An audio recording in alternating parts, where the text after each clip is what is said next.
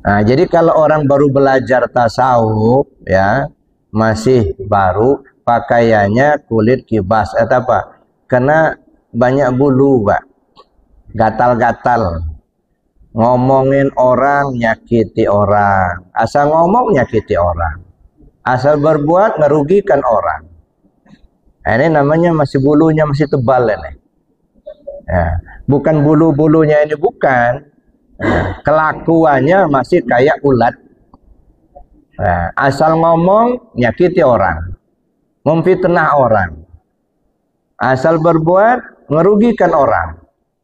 Nah, si ulat tadi menyadari betul dia tidak disenangi oleh manusia, akhirnya dia beruzlah, nah, menyendiri, akhirnya dia kepompong. Lalu kemudian kita yang menyadari kita ini manusia, kok kelakuan kita seperti ini, ya tidak baik, tidak disenangi orang.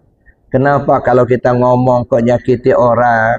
Sadar kita dengan itu, akhirnya kita mulai belajar tasawuf, mulai berzikir, mulai beribadah. Mulailah kita tidak lagi ya menyakiti orang. Sudah mulai rontok, bulu-bulu tadi sudah mulai rontok. Nah, itu namanya mutawasid. Maka digambarkan pakaiannya seperti pakaian kulit kambing. Artinya masih ada juga bulu tapi tidak setebal dulu gitu.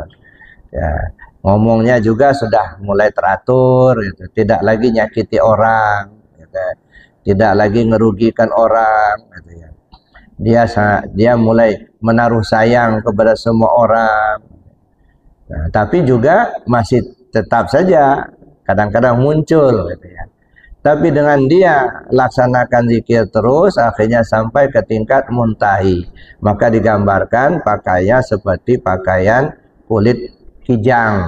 Ya, sudah lebih halus lagi. Nah, itulah gambarannya. Jadi bukan berarti kita belajar tasawuf lalu kemudian kita memakai pakaian dari kulit kibas itu, buka pakaian kayak pakaian apa? Bajunya dari kulit kambing, kulit kibas. Nah, itu kiasan-kiasan.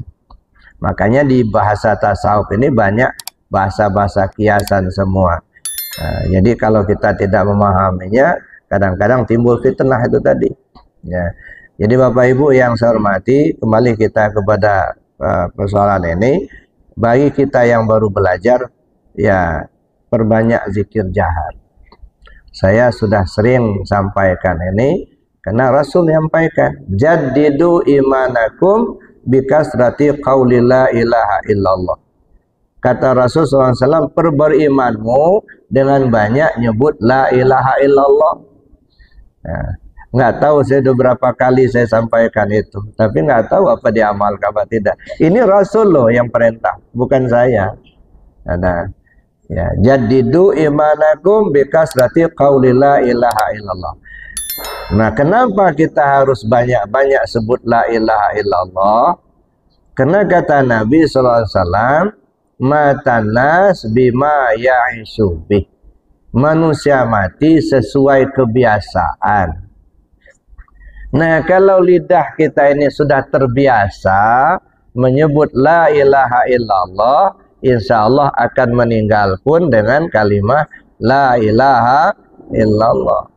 Man qala la ilaha illallah akhiru kalamihi dakhalal jannah.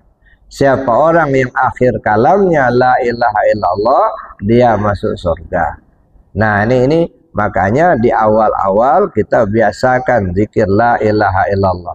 Ya, terlepas ada orang senang atau tidak senang. Jangan berpikir, oh saya kalau zikir banyak nggak senang, nggak usah Pak. Ya dah. Kita bukan persoalan ibadah ini bagaimana supaya orang senang, bukan. Ibadah itu bagaimana ketentuan Allah dan Rasul. Orang mau senang silakan, mau benci juga silakan, nggak ada urusan. Ya, yang jelas ini zikir Rasul yang perintah, Rasul yang ajarkan. Sekarang percaya dengan Rasul apa tidak, itu saja masalahnya. Ya. Nah, kata Rasul SAW, jaddidu imanakum bikasrati qauli la ilaha illallah. Perbarui imanmu dengan menyebut la ilaha illallah.